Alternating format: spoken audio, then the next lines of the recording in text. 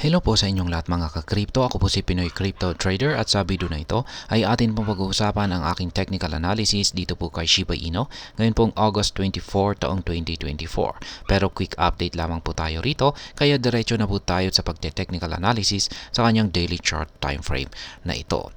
At ayan, ang nabuong candlestick po natin kahapon dito kay Shiba Inu ay isang malaking bullish candlestick kung saan ay nagawa po niyang tagusin ang ating major resistance line dito sa presyong 40 digits 1482.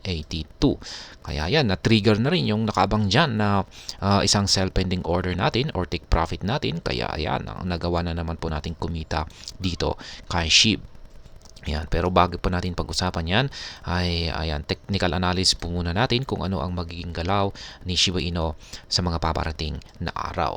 Ngayon, ang masasabi ko po dyan ay magpapatuloy pa rin po siya sa kanyang pag-angat sa presyo sapagkat ito po ay isang bullish breakout.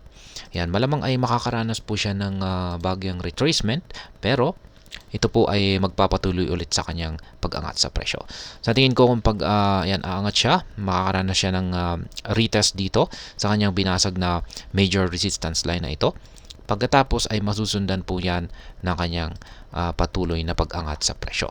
At posible po siyang umangat hanggang dito sa sunod na major resistance line natin dito sa 40 digits 1766 kung saan ay meron na rin po tayo nakaabang rito na isang take profit or sell pending order. Ayan, pagdating po kasi dito ay meron po kasi tayong isang nabuo na isang triangle pattern. Ayan po yan, triangle pattern. Isa po itong descending triangle pattern. At pagdating po sa mga descending triangle pattern, ay mataas po ang posibilidad na sa upper portion ito makakaranas ng breakout. Katulad po ng nangyari dito. At ayan nga, nitong nakalipas po na August 20, ay dito po siya nakaranas ng breakout sa upper portion ng ating pattern na ito. At confirmed breakout na po noong August 21. Kaya yan, isa po itong bullish breakout na nagsasabing mataas po ang posibilidad na aangat ang market price ni SHIB. At ngayon ay ngayon naman ay yan, mapapansin po din po natin na noong August 20 ay lumiliit na yung sukat ng ating Hall Street indicator dito. Yan, kukumpara po natin yung kanyang pangangatawan dito, ay mapapansin po natin dito na noong mga August 19, ayan, medyo lumiit na ng lumiit hanggang sa ayan, hanggang sumapit po ang August 22 ay ayan, maliit na po talaga. At ngayon ay nagbago na po ito ng kulay. Ayan, nakikita po natin na meron na po siyang kulay green na maliit na pangangatawan.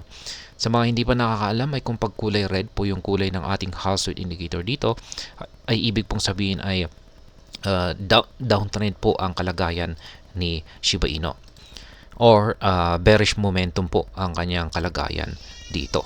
Pero kung pag kulay green naman, ayan naman po yung kabaliktaran. Kapag kulay green ay bullish po ang kanyang momentum or kalagayan kung saan ay uptrend naman po ang ipinapahiwatig ng ating indicator na ito. Kaya yan, kung dahil sa kulay green na po yung ating Hall Street indicator, sinasabi po nito na ito na yung uptrend or uptrend na po ang kalagayan nitong SHIB. At ganun din, sang-ayon din po ang ating Hall Street indicator, ang ating QQE mode indicator po pala dito sa ibaba, kung saan ay meron nakakatatlo na po tayo na mga QQE bars na kulay blue ang nabuo rito.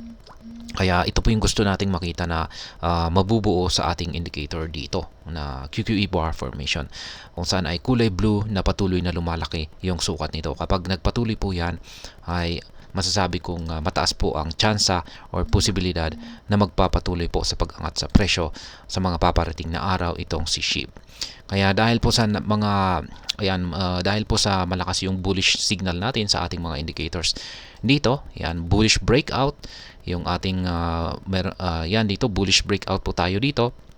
Sa ating Hall Street indicator ay bullish momentum, sa ating QQE mode ay bullish pressure. Kaya ayan, yan po yung aking naging basihan kung bakit ko nasabi na sa mga paparating na araw ay mataas po ang posibilidad na magpapatuloy lamang sa pag-angat sa presyo itong si SHIB. At ayan, balikan po natin yung ating trades dito kung saan ay kahapon po ay nakapag-take profit po tayo rito sa 40 digits 1482. Ayan, nakapagbenta po tayo sa presyong ito. Kaya ayan, kumita na naman po tayo rito kay SHIB. At syempre, wag po nating kakalimutan ilagay kaagad yung ating buy pending order bilang kapalit nito dito sa ibaba. Kaya ayan, buy pending order po yan. At ayan na po yung mga live spot trading positions ko dito kay, ayan, updated na live spot trading positions ko dito kay Shiba Inu. Ayan, meron po akong nananatiling 4 na mga sell pending orders at saka 3 buy pending orders. Kaya malaya po ninyong kopyahin yan or sabayan ako sa aking simpleng paraan sa pagtitrade dito kay Shiba Inu. Sa mga hindi pa nakakalam, ang mga kulay yellow na arrow signs dito ay kung saan nakaset ang aking mga sell pending orders or take profit. At ang mga ito ay nakaset sa mga presyo ng mga resistance levels na katapat ng mga ito. Ganon din ang mga kulay blue na arrow signs dito sa ibaba kung saan ay nakaset naman ang mga ito sa presyo ng mga support levels na katapat ng mga ito. At sa mga bago lamang po dito ay check na lamang po ninyo ang description ng video na ito para malaman kung anong platform at mga indicators ang ginagamit ko dito. At hanggang dito na lamang po tayo sa video na ito mga ka-crypto. Marami pong salamat sa panonood. Ingat po tayo lagi at God bless po sa ating lahat.